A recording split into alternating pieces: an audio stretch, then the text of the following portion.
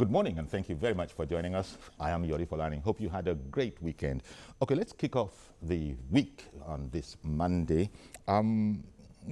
Speaking about our dearly beloved Nigeria, and the matter of integration, regional integration, and also restructuring. Those are two things that we've been hearing in the political discourse going on in different fora around the place. Restructuring and regional integration, are they mutually exclusive, or can we have both? Well, my panel this morning is made up of Dr. Chris Ekia. Dr. Chris Ekia is a former commissioner in Delta State. At the time, he was a commissioner for, if I remember correctly, Commerce and Industry. Commerce and Industry. There you go. A medical doctor, an activist, and ends up as commissioner for trade and industry. Good morning, Chris. Thanks for coming. And then Dr. Fassi Yusuf. Dr. Fassi Yusuf is another former commissioner, but this time in the old Ogun State. He's a lawyer and communication consultant. Thank you very much for coming. My pleasure. Good morning. My pleasure.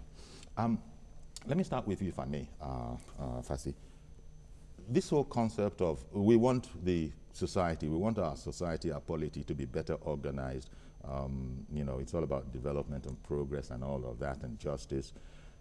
Regional integration as a concept and that of restructuring. In your mind, can the two go together or are they mutually exclusive? They should go pari passu. They should go simultaneously, because without restructuring, there will be no integration, and without integration, there's no restructuring. So is it almost like a chicken and egg? Both are desirable. Both are desirable. And necessary. Because for too long, we've been talking about the unskilled nature of development in Nigeria. For too long, we've been talking about the political disintegration of Nigeria. For too long, we've been talking about the country not being as it was, and that things are falling apart. So we must go back to the pre-January 15, 1966 arrangement. We must also think of regional integration so that we can harness the resources within a particular region for the greater good of the country, and for the greater good of everybody. Okay. Naturally, there's a lot more that's going to come. Now, Chris, turning to you, I recall, and I'm sure you do too, because you're quite active politically, that most of the leaders we have today, our elders that meet together whenever there's a national matter, they started their political life in their 30s. But today, it's not the same. In fact, those guys are still calling the shots, still setting the agenda, still directing the affairs of state. What do you think is the reason for that? Yeah, to say the least, I think that the youths are really laid back. People of my climb, my generation have been very laid back and are satisfied with a paycheck that can't take them home. They're satisfied with status quo. They're not trying to and corruption is a big part of that status quo. Yeah, they're satisfied with status quo. If my godfather is in office, so long as I get a handout, the country is working. If my brother is in office, even if he's 80 years old, as long as I can do name dropping and get a few jobs here and there, the country is working. But it's because we're laid back. In other climate, Obama was president at 45. We have Macron now at 39. We've had Clinton and all those were in the 40s, ruling nations, big nations. And yeah, we have. But do you think there's still a chance of something like that happening there is, in our beloved here? There is, and that's why we're pushing on national integration. The problem with all of this is this issue of everybody being scared that who is going to lead us if we're not the ones leading. So they close the cycle, and a cabal, a group of small people, continue to recycle themselves. And when they say cabal, sometimes you think it's just not a no. It's a cabal of Nigerians in that climb of age who were privileged to get into power early in their climb and have thought that we must continue to recycle ourselves. And each time they give to a younger person, it's probably someone from their lineage or their generation. Now, the rest of Nigerian youths the integration need to actually start with the people. We're too separated. I see, when I met Dr. Fash this morning, what we said was, my wife is Shekiri. You people have chased us out. That's how we see ourselves. Well, you are Shekiri, you are Ijo, you are Yoruba. If I hear it, you can even say you are Ijebu, you are this. You know, even among Yorubas, You know, even among religions, you have the Zazaki group, you have the other. Actually, you've extended the regional integration concept to national integration. It's national integration. I've looked at regional integration and what they did in the 60s. You had the Cocoa House, the Ududuwa, and you have the Arewa, you have then you have the Easterners. It was regional integration. They looped themselves together, and they knew what their strengths.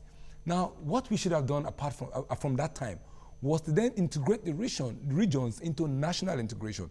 The West knew their strength. They were economically strong, they had cocoa, they were exporting, they were developing the ports. The East knew their strength. They were in trade, they were in industry. The North knew their strength. Now what was left to build a nation was to build strong institutions of those various strengths and then integrate it. But what did we do? We break ourselves further into states for want of power. And then each state became a small country of its own, yet we held it in the center because we didn't want people to be independent. Now, what we're saying in national integration is that, can we look, like you said, in restructuring? The restructuring of a country cannot be isolated. If you restructure and we still have these cabals in power, you won't achieve anything. First, we need to integrate. We need to integrate ourselves as human beings to be able to be welcoming to one another. I went to Kaduna last weekend. I was traveling with some members of our association. A few of them were very agitated, Kaduna, because they've never been there. So first, Nigerians need to get back to the era when in the 1960s and the early 70s, you can enter a train here, even at 10 p.m. in the night, and you're going to Kano, and you're at peace with yourself. Once we begin to integrate, there will be a good neighborhood watch. We need to integrate in the policies of government. In the National Assembly, what is playing out now is that if you look at the PIB, the only reason it has not been passed is because some people from some section who haven't taken time to read that bill still think that it's a bill for the Niger Delta. Whereas the Niger Delta has nothing in that bill. It's a national bill that defines how the petroleum sector should work for the interest of a nation. Because we are not integrated, people have just closed the door to it. Why, Fassi, do you think, if it is indeed the fact that we seem to be mutually suspicious of each other? Now, we're not the only country configured like this. Even take, for example, the UK, the Irish, who would tell you, correct you very, very seriously. Say, I'm not British. I'm Irish. You know, that kind of a thing. Same thing we discussed. So they have that, but you don't get a general sense that these people can hardly work together. Here, the mutual suspicion, do you think that's going to be an impediment to some of these ideals you're talking about? Let me advance what my colleague is saying a bit further. See, there are issues that we've not really addressed in this country. First, the issue of corruption. Two, the lack of empowerment of the youth. And thirdly, lack of adequate mobilization of the people. You see, corruption comes in different forms. I see the most fundamental is that everybody is corrupt. Everybody, including myself. Because we talk from our own perspectives. If it pays us, we assume that there's no corruption. If it does not pay us, we shout from the rooftop. You see, when you see a politician mobilizing the youth with money, not with ideas, and they fall in line. They are coming them to campaign arenas. They're giving 5,000 each or 2,000 each. And not, at the end of the day, what do you expect from the politician? That is one. Number two, I talk about lack of adequate mobilization. Have we been able as a nation to mobilize the youth for them to play their part? I mean, their role, the way they show. I mean, if you talk about the situation in France, where a 39-year-old man has now become the president, when he was not satisfied with his own political party, he came out, formed his own, and he was able to mobilize people. But here in Nigeria, you cannot mobilize without money. And that is why you continue to have all these stinkingly rich Nigerians. People have soiled their hands, you know, determining our fate because they have the money. If a youth is going to contest, you will have to go to, you know, these godfathers with bags of dollars, sterling, pound sterling, euros, and what have you. Because how do you expect somebody who works genuinely for his money to start doling out money to achieve what? We need to get to that point where ideas will dominate our body politic. When we talk about, as you have spoken of the failure to empower, for instance, the youths, who is going to be empowering these? I've heard it said that nobody is going to empower anybody unless they take that power. Whereas it might sound a bit rough and a bit confrontational, there is a lot in that, isn't there? Sitting down and waiting for the very elders that we're talking about to say, you know what, we've been at it for 50 years or, 30, 40 years. We need to take a back seat now. You youths in your 20s, let's help you develop politically. That's not going to happen, Chris. No. Yeah, the point is this. I'm a walking example of a radical mind. Once I left medical school, I first of all said to myself, I wasn't going to work in no government hospital or nobody's hospital. I was going to set up my practice, and I was going to give it a try. I had not even a dime, but I kept the vision alive. So once you have a vision and you have a will, you can get this done. Do you think we set up have that? That's what I'm saying. We've set up this movement to awaken the consciousness of youth from, as opposed to what is in the climb now. Okay, you know what? Youth says... You know what? I've got to take a break, but I'm coming straight back and we'll continue with this. Stay with us, please.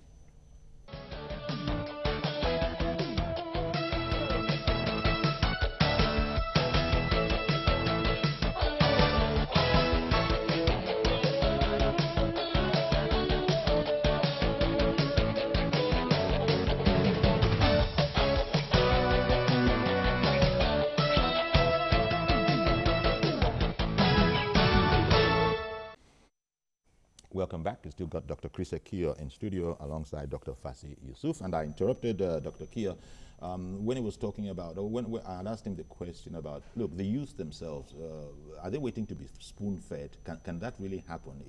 Does that happen anywhere? And he was just telling about, look, him as an example, he had this vision. Please continue, Chris. Yeah, so as a working example, I had thrived and I have done well in the practice of medicine, doing community work and running clinics. I didn't need to wait for anybody to start me. For every little thing I could in, I put it in there. Now, what we're doing now is the reason why some of us have put together the Integration Summit Group Nigeria.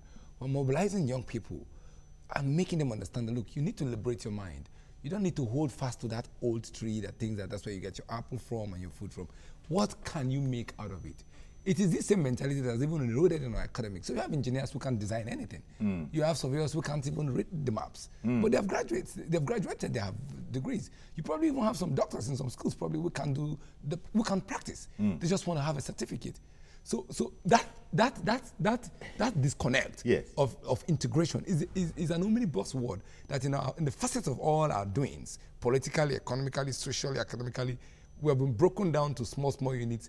And all we're looking at is, if Mr. A is our godfather, we are safe. Now we need to take off godfatherism. Strange enough, my brother Adam Soshomole was shouting about godfatherism and gave an ending his run. And then he got there and he became a godfather. It's terrible. So I think it's an age factor. Younger people need to get into position where they can smoothly transit. Well, Fasi, he started speaking about the actual building blocks of integration, if you want. And that's education and knowledge. And when we go back to those days when Chief Awolowo was setting up action group, I think that must have been, and all of that. Yeah. They were young men, but they were, highly educated. Well, reasonably educated. Let's face it. Now the same youths are concerned with different things. You were saying, look, you mobilize youth with money as opposed to ideology. Awolowo wasn't handing money around to anybody. I don't imagine that Sardauna was doing anything like that. So it was a different time. Yes. Is there still hope? Can we still get it back? Well, I think the day hope is lost is the beginning of extinction. We may not lose hope, but at the same time, there are certain things we need to put in place. Fundamentally, the economy has not empowered many of the youth. Most importantly, our leaders have not found it expedient to empower the youth because they don't want the youth to query or to question them. Yeah. So if you have a situation where the youth are very docile, you need to ask why. Number one, how many youth are empowered? One, is either the children of the novel rich. Two, people who have access to the political class, and people who have ruined the economy of this country. Now patronizing or doling out patronages to to the youth. Otherwise, so these are the very youths that are now example, supposed to mount a revolution against their parents. For example, now, when you decide to contest election, you need a lot of money. To contest House of Assembly in the remotest part of this country, you need a minimum of 50 million. Where do you expect a youth to get that 50 million if he has not been patronized by a godfather or somebody else? And again, if you genuinely work for that 50 million, will you want to spend that money to contest an election? Unless perhaps you are trying to see if you could get something more. But if you are not assured that you get something more, will it make any sense? It will be foolhardy. Like the money you labored for. Yes. So we are not talking about... So it's almost like a business venture, yeah, an investment approach. It is. An investment approach to political office. It is. But what we have in this country today, until we are able to detoxify ourselves of corruptive tendencies, we will not make progress. And that is really the size and extent of the problem. Yes. Until we can begin to... People have talked about there has to be a revolution of the mind. So I'm afraid none of this is a fast procedure. It may be easy to say that, but the point, the nitty-gritty is that the economy will have to be started. Two, the people have to decide what to do with corruption. Because it's also only when you steal government money that is corruption. When you take money from a politician, it is corruption. Corruption is bigger than that. Yes. Corruption is even the way a manner which policies of government are skewed, the way a manner budgets are prepared, the way a manner people are employed, the way a manner people get jobs. All the processes are premeditated or premeditated to ensure certain things come out at the end of the tunnel. All those are corruption. Now, sometimes I don't bother myself about corruption. It's a global disease. There's corruption in America, in UK, and all that. I bother myself with the institutions. You see, the problem we have in Nigeria is that even the institution that's supposed to fight the corruption, it's itself founded on corruption. So it becomes difficult for you to have decent policemen, investigators, and all that. I'm not sure what you mean about even institutions meant to fight corruption are founded on corruption. Yes. I'll explain this to you. I'll explain this to you.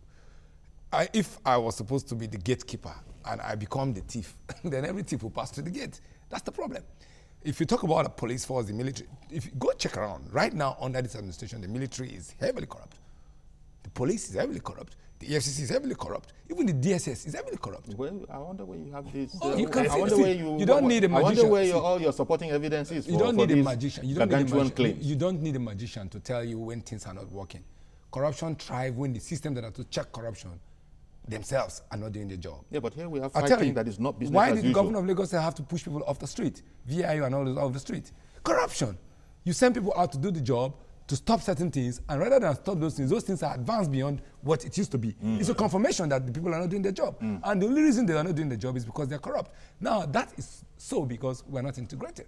So if, for instance, I had been the thief and my brother was the investigator, he would find a way to help me get out of it. And you will take it. That's what I'm saying. That is the corruption.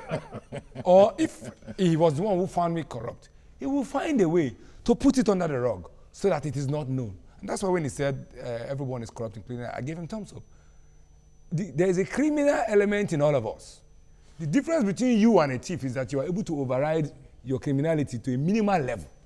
I don't know if you get what I'm saying. Why you're not protesting, are you? Well, I understand that all of this is in terms of trying to be very clear, objective, clear about the examples that you are stating. So there's no one perfect angel that will not be, if given the opportunity, will not be able to enhance himself at the expense of the others. Is that, do you think, a particularly Nigerian thing, or is it a global thing? I say corruption is global. You cannot tell me that Obama did not make some extra money by being president or improve himself for Kenya by being president. But he did it in a decent manner that will not raise a flag. Here in our country, somebody takes money for operation and puts it in a house and lock it, and Nigerians are hungry. You can imagine the amount of money that have been seen. And I'm saying the only reason why these are thriving is because we are afraid of one another. We are not comfortable with one another. We are not, there's no, and you know why these elderly people are in power? Find out from those pensioners who are not privileged to be in power. They can't even get their 3,000 naira pension money. Why is it so? In the US and America, people want to quickly retire and go and enjoy themselves. You know, Because they know that when they hit 65 or they don't 35 years, their pension money comes straight to their account. They don't have to talk to anybody. And then they can go and stay in an elderly home and enjoy free meals. They can go on holiday. And then they don't even bother about their children. You steal for yourself. Hold on. You steal for yourself. Then you start thinking of what you steal for your children that are coming, because you make them lazy already. Because it goes back to the failure that Fasi was alluding to. Unfortunately, people have arrived at the conclusion that you can't wait on this administration or any other administration to do anything for you. And so people are stealing ridiculously, so much so that some people have lamented that, what does anybody need to steal that much money? Exactly. Stealing is bad. Now, what does anyone need to steal that much money for? It's become ludicrous. They're now stealing for generations yet unborn. It's a big problem. And we're talking here keeping about it in hard currency so that the value does not fall. drop. So we're talking here about the need for integration and restructuring, and there's all of this that you guys are speaking about on the ground. You see, unfortunately, we are living in a paradoxical society. The youth themselves are not helping matters, because they are immersed in corruption. The youth of today are worse than the leaders of today. Because, can you imagine, there have been cases where people are shouted to court and the youth will be carrying placard. Leave our madam, leave our guy, and all that. And these are people that need this more than the elders. That their future has been mortgaged. Instead of fighting to liberate themselves, they are busy perpetuating corruption and assisting their godfathers and their godmothers to continue to rob this country of development. See, I only pray that some of my friends who are sisters will tell me, why do you belabor your creator much in Nigeria? What has God got to do with this thing? This has to do with you as individuals, not with your creator. But we're not ready yet to, No, but the time is now. I can tell you. Grab the bull by the horn. I can tell you. Appear. You know what? I got to go on a quick break. If the time is now, you say. I got to go on a quick break. Come right back and let's see if indeed the time is now and how we can go about that. Stay with us, please.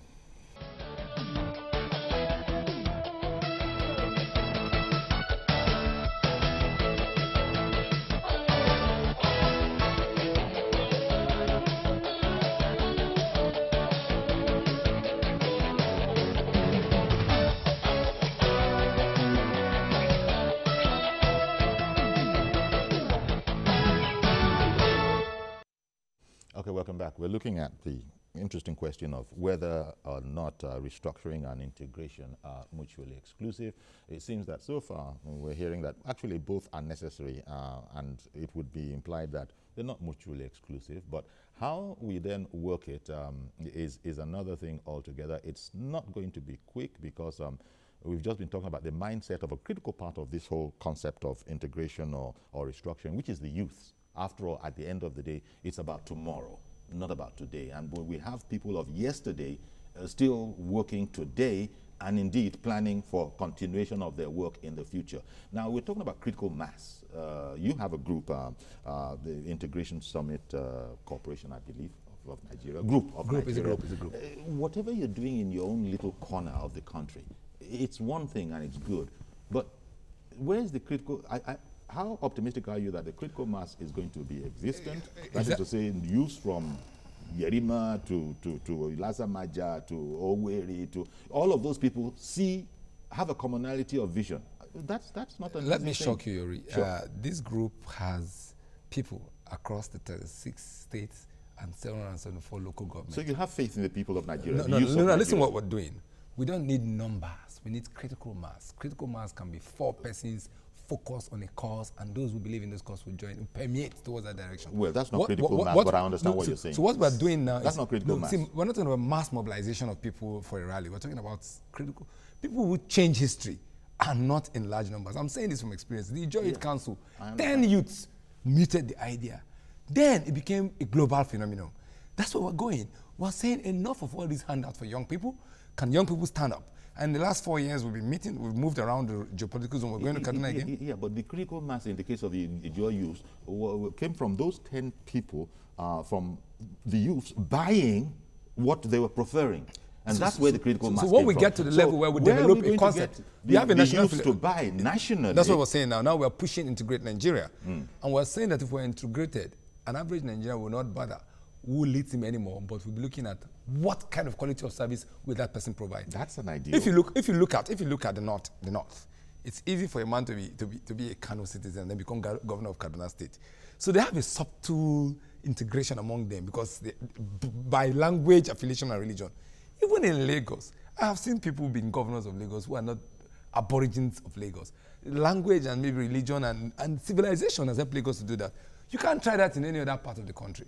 In fact, if you marry a wife from Yoruba and she's in Delta, or he's married and a Shekiri woman. No, my mother is Shekiri. Oh, your mother, okay. So he's part of, his mother is Shekiri. He cannot be a stronger commissioner. claim. He cannot be a commissioner in Delta. They will tell you, go to your father's place. That's not integration. And that's why when... Well, that's just about Delta, because there are other states that have other I'm people. Trying to tell you, I'm trying to tell you about how Nigeria is. It's not a blanket thing. There are only Lagos State, perhaps, is one state that has outlived that situation. Borno State, we had someone from Borno State. See, that's politics. Let me tell you what politics does. Yes. Adams appointed somebody from Oshun or Ondo. My friend, I'm with him. He wants to be governor. I committed all myself to him in the state. So he's paying me back for staying with him to win an election. Not because I live there. It's my friend. My friend is governor, and I spent some money with him, and we won the election. Probably if I was to talk for him, how do I come and be my essay? It ends there. You can't run for political office. Okay. They'll remind you. So what we are trying to push for is to break that barrier and get more young people to say, look, can we ask the question? Now, if you ask what is happening in the country, some people will say, don't go there. I'm sure if I start talking now, you even close this station because you'll be afraid somebody will come and clamp down on you. Why would an active president not be able to sign a budget? Why do we have to debate about that? When we start discussing this issue, people will say, it's a no-go area because we're not integrated. When you begin to ask, why should somebody kill somebody in a particular situation, don't go there. But if we're truly integrated, it is those people from that region that will even stand up for one another. So we need to, first of all, get that level that we must have that number. Beyond the classroom, and this is nice theorizing. Yes. How do we get into the practical, hands-on aspect of this? Because that's the big hurdle. Yes, they have always clamored for a re-engineering of governance process in Nigeria until the whole structure is changed and that we see public office as an opportunity to serve society and mankind, as an opportunity to influence ideas, to influence development, to influence issues. We will not get anywhere. You see, we might be pontificating from now till the kingdom comes. We might not achieve any success. Yeah, but that particular goal is being opposed by some. It's not as if it's just waiting to be erected. It is the conspiracy of the few elements among us. The focal few that have access to the media. And don't forget that as a media person, the media has a way of setting an agenda. And because of the corruption in the media, they listen to those, the pipers, because the pipers they dictate the tune. Because hardly can you get a poor man coming up to talk to the media, and the media will not listen. But rather, if a politician, a rabble-rouser, gets up today, he has all the way with us. Dino Malai just launched a book on the antidote to corruption. Is he not another rabble-rouser? The antidote to corruption, you know. No, that is a complete... almost every politician... Put in English language upside down. Almost every politician is launching a book. The caption alone is offensive to users of English language. And again, it's plagiarism, full of plagiarism. He's a plagiarist. Oh, you read the book already? Yes, he's a plagiarist. And because he has not done anything, he did not even write a 4-page document.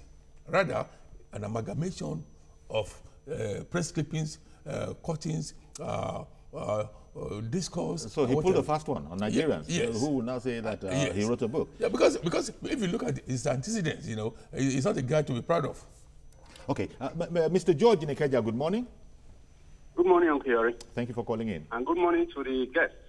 Good morning. Uncle Yori, what worries me about these calls for restructuring is sincerity of purpose.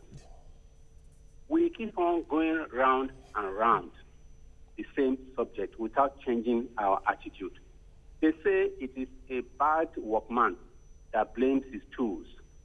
As Dr. Fassi rightly pointed out, Our problem is not with the structure, in my view, but that of corruption. Is to divide this country into 100 states or 1,000 local governments today, and every local government is a state. The issue of corruption will still be there. People are simply just looking for opportunity to assert their own personal wishes in order to take from the cake. That is the simple truth. If we are to restructure anything, Uncle Yori, it should be our attitude. If there is good governance, the average Nigerian does not care who is where.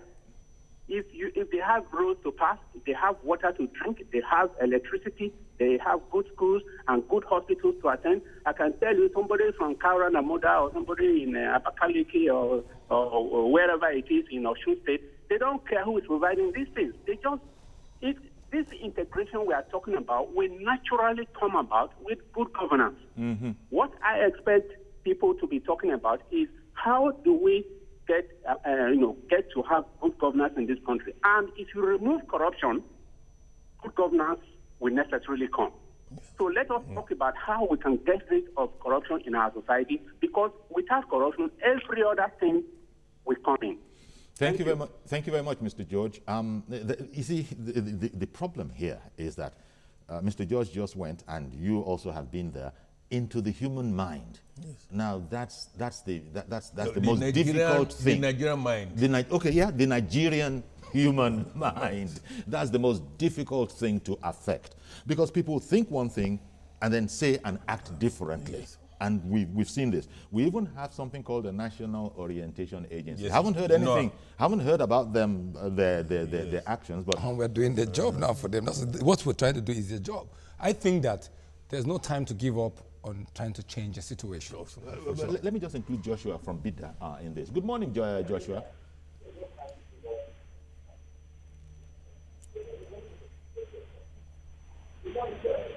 Good morning, Uncle Yori. Thank you for calling, and sir. Good Go ahead, morning please. to the panels on the seat. I wish to contribute this very way. I wish to give them a thumb up, the two gentlemen, my doctors, because they are really saying what everybody in this very nation needs to hear at this very point in time. What we really need in this very nation is a moral rebirth. We have missed it even from the amalgamation time. We really need to go back and trace our ways back to this very present generation. Mm. Thank you very much for calling in, Joshua. And that's the crux of the matter. Back in the day, in the 50s, when we were setting up this country, the young Ziks, the young Awolowas, the young Sadaunas, they were concerned, I'm not saying they were angels, but they were concerned mostly with providing good governance for development and integration. And they work together. It's a totally different thing now. And so the question is, how do we get there? We've heard that revolutionize the mind first. Well, it's easy to say that one. But how will our attitudes change? You see, let's go back to January 15.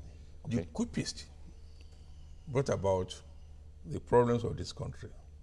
Although the remote cause was the nefarious activities of politicians. And the people have said that if politicians had been allowed to make their mistakes and to correct their mistakes, perhaps we'll have been able to build institutions. Yes. But the way we have things now is that everybody is clamoring for himself. Yes. Let's say everybody. Yes, yes. I'm talking about every section of the country. Yeah. Now, some people are saying now that the service chiefs should be leaving very soon, and that some people are already lobbying for appointments. For God's sake, why should anybody lobby for an appointment? If not, you are going there to corrupt yourself, or you want to corrupt your people or the society. Exactly. And again, can we in this country start building institutions that will outlive every one of us? Okay, these are the principles that we know that we have to follow. When you talk about EFCC, what sort of act that will make an assistant commissioner of police to head EFCC that is supposedly bigger than, stronger than the Nigerian police force? Or I mean, an assistant commissioner of police, for God's sake, is a level 13 or level 14 officer. And you're asking that fellow to be retrieving billions, trillions. Okay. Dr. Larry Waju and Surulere, good morning, sir. Good morning, sir. Okay, please go ahead. Uncle Yori, it's been a while I've been trying to get onto you. Good morning, Dr. Fassi, and good morning to you, Dr. Chris. You were saying some things the other time, Dr. Fassi, but do you know, part of my contribution this morning, sorry to start with, is that corruption issue. In Yoruba, as we know, they call some people amukun, you understand? And knock knees.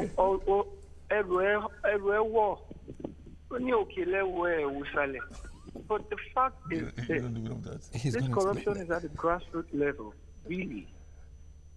You were saying some things the other time, Dr. Fassi. You said the youth that are supposed to speak out, they're supposed to fight for what they want, but instead they help the older people in power to keep on with their corruption. But the fact remains this, sir, you have children at home. You influence them. You understand? These people are not just stealing our money. They are stealing the minds of our youth. Yeah. I'm also a youth. I know you might not be up to my father, but I can look up to you as an uncle, Dr. Fassi. But the fact remains this. We need a body that would bring or reorientate the minds of our youth back to where it's supposed to be. I was born and brought up in Lagos, and I've stayed in Mushin for some time. During my undergraduate days, there's some loafers, some loaf-arounds, some nuisances on the street that never knew anything. Now they are contending to go into power. Indeed. Dr. Lanwaju, thank you very much. Got to interrupt you now because I've got to go on break. And by the way, the Yoruba proverb he spoke about was, how does one put it? Whatever you see now, it's foundational. It's foundational. You need to go back to the foundation. Don't be saying things are awkward. You cannot build something on nothing and expect something to so in return. Stay with us, please. We'll be on a quick break.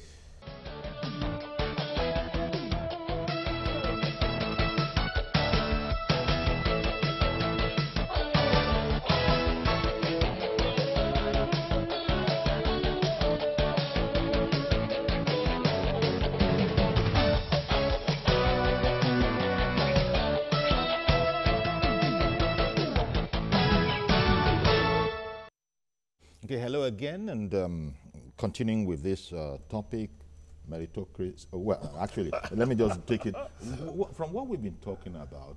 The objective we have, integration. You know, both of you have been in government, but you were appointed. You in Ogun State, you in the Delta State. Now, if anybody wanted to seek political office, you've already alluded to the fact that it's going to cost him some. Now, monetocracy has taken over from meritocracy. How are we going to get out of that without a revolution? Well, the law says we cannot canvass for revolution. Oh, otherwise, yeah, you know what I mean. Otherwise, it's a treasonable felony. And as a lawyer, as a scholar, we cannot do that here. But what you can do is to go along the line my colleague is canvassing. That will mobilize people. It might be a very equivalent task. But it's doable, it's achievable. He is mobilizing, yes, but I don't know if he has 5,000 people yet. You know where we're going. So I'll tell you, what I'm just saying, I'm just looking at the size of the problem. At the appropriate time, and I praise it comes pretty soon. You see, things will work out in a way that we can never imagine. Okay. Now, I'll tell you one thing. In 1998, whoever knew that Abacha would go.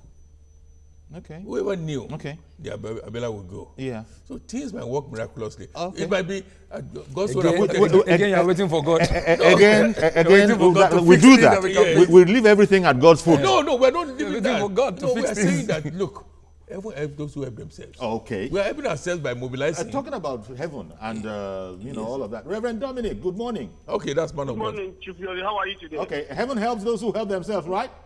No. No. Nothing like that. when you worked hard, God multiplied your effort by His grace. Okay. But Yori, I agree with your panelists this morning. And I agree totally for what George has said. But let me say this. The doctor that's mobilizing the youth should do only one thing. Should go back to university system and restructure and integrate student unionism. There, in our days, is where you fight every bad policies. The youth outside the school system have established their own businesses, have affinities with many godfathers, in quotes. But the student unionism is where the problem starts. If the student unionism are as strong as yesterday, Bukola Saraki will not be a Senate president today, going to court every Monday and Tuesday. But I don't want to waste my time. There's something that's troubling my mind. The greatest corruption is electoral corruption that brings people to power. There's a picture I want to send to you. People can discuss it. In some parts of the north, children about 12, 13, 14 years old are registering for INEC registration for voter register. Please, can I send that picture to you if you can discuss it? Children of 10, 11, 12, openly, underage, registering for votes. And it's in open glare. Can we discuss about this? That is what corruption. That is where corruption starts. The word corruption is letting one person in an office. Please, if I can send you those pictures, you can give me your number. You look at it from your board, if you can discuss it. To save this nation for tomorrow's corruption. Thank you very much for calling in, Reverend Dominic. So what you're saying typifies that desperation for power. Now, is it desperation to come and serve selflessly? No, from what I can decipher from what he said, the whole thing is multifaceted. We talk about the use at tertiary level, even at a secondary education level, it's problematic. At the tertiary level, you see students themselves living utopian life, thinking that, look, students, you don't government. What is government? Okay. They call themselves honorable, they call themselves president, vice president, student representative, and all that. You see? And again, it's so expensive at that level too. Yeah. And they have godfathers, like he said, like the Reverend gentleman said. So it's a complex society, and we're in a state of fluidity. It's a very fluid environment. Which is good. Because I would have thought that the fluidity is good. You then need to know what you want. You want to fight to become gas. You fight to become gas. You want to condense it. What we want. We know what is how to get there. Because monetocracy has taken over from meritocracy. No, I can tell you. In the dying minutes of the program, ideas on how to go. Yes. I can tell you that even in the politics of today's corruption, there are impeccable character in government offices just doing the job they've been appointed to do, and they won't bend backwards. I can tell you that. But you see, they are a minority. That's a tall one. In other words, you're asking politicians to be straight. You're asking for politicians to be straightforward. No. Nobody is straight. I started here by saying that. Listen, I started here by saying that. That's what you're asking for. I started here by saying that. How are you going to fight corruption? You're I asking for started by saying politicians that to be straightforward. there's a criminal element in all of us. Okay. But if people do things the way they ought to do, it will be minimized. If institutions, if people are sure that they don't need to steal to keep living, stealing will be I apologize to Ishak in Jos. I've held you up for a while. Please go ahead now, sir. Good morning, Mr. Yori, and good morning. Good morning, sir. Thank you for calling in. Good morning, Nigeria. I think it is no longer news that corruption is the bane of our underdevelopment. Yeah, but how do we go? We want the dying minister. How do we get out of it? We can only get out of it if we have attitudinal change and sincerity of purpose as a nation. So it's the mind again. It's our mind. Exactly. That's where it starts from. These leaders will always blame for corruption are part of the society. So we as a society are also guilty of corruption. We are also guilty because we celebrate them, we encourage them, we even worship them. You notice when somebody is in government, when we know he does not have his salary he does not want what he's getting. People celebrating, they even be entitled in the churches, in the society, in the community. So I think our attitude is that we should put national interest first above regional or ethnic interest. Okay, the likes of our leaders have fought for Nigerian independence, the AWU, the Sadona, look at after they have died, these people did not accumulate wealth. But now, hello?